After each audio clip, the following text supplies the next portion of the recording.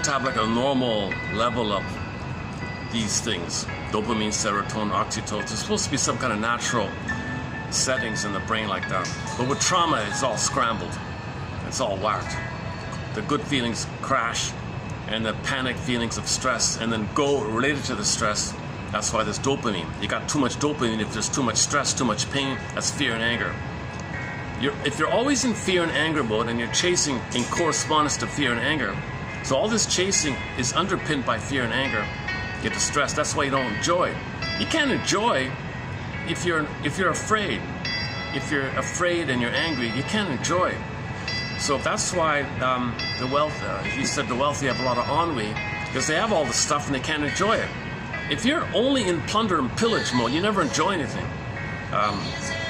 They just enjoy the addiction to the blip. When you get something new or novel, for a blip, you can transfer the momentary fantasy of the ATM, addictive trigger mechanism, to get the fantasy in your uterus, where you blip up the fantasies. You always depend on blipping up the fantasies. So you're addicted to blipping up the fantasies, but to get those fantasies, you gotta have something to fill in for the symbolic breast. So that's the greed. So you buy a new yacht, you buy a new expensive thing, and it's got to be new all the time, because then you can fantasize. It's new, chase new, chase new, chase new. So plunder new, plunder new, plunder new. You get the fantasies, get the fantasies, get the fantasy, and you're dependent on this. Because if you stop, now you're feeling stress. Now you got to admit your mother failed you. Now you got to go on the narrative medicine and admit the greatest hurt of all: mother failed me, mother betrayed me.